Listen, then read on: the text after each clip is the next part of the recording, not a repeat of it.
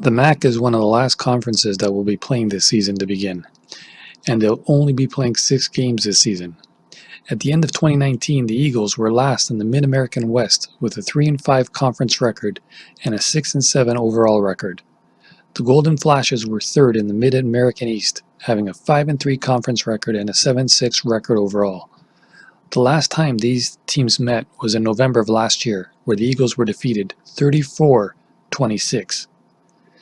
If there's anything good for the Eagles about the MAC starting this season so late, it's their record in November.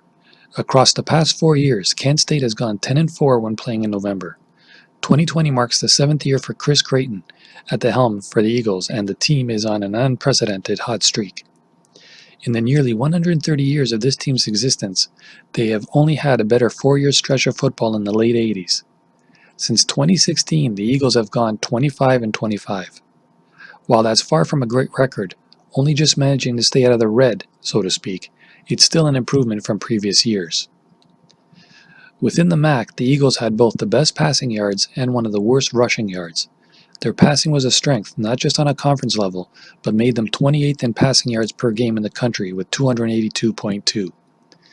Their 122.3 rushing yards were the second worst in the MAC and the 15th worst in the country. Mike Glass III will be returning as a starting quarterback for the team this season. He completed 66.3% of his 401 pass attempts for 3,169 total yards. He had the best total passing yards in the MAC. This team's leading rusher was Shaq Van, though he only had 715 total rushing yards. In total, the Eagles had 5,271 total offensive yards at 404.5 yards per game.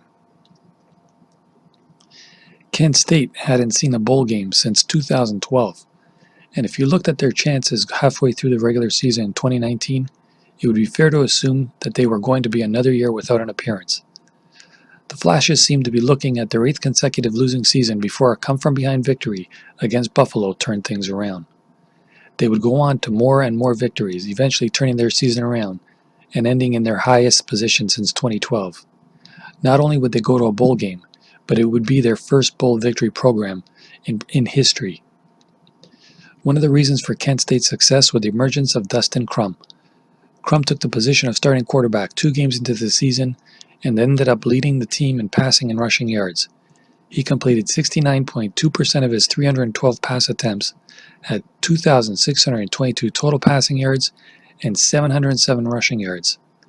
Isaiah McCoy led the team and was second in the MAC with 870 receiving yards. As a whole, the team was middling in the MAC in offense. While they struggled in places with their defense, they allowed 248.6 rushing yards per game, the worst in the conference and the 4th worst in the country. In total, they allowed 470 yards per game, which put them at 11th worst in the nation in that category. So the full game bet. The Flashes have a lot to live up to this season, and they are ready for the challenge, as mentioned. Crum was a breakout star for the team.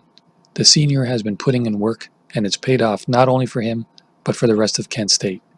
The main issue that the Flashes face is the holes in their defense. Crum can lead the team in passes and on the rush, but if the defense isn't doing their job, all that work could be for nothing. Luckily for them, the Eagles struggled last year on the rush, which is where the Kent State defense really falls apart.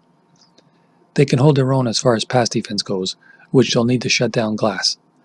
All in all, these are 2 teams full of potential, but the Flashes have the motivation at their backs to turn their potential into victory.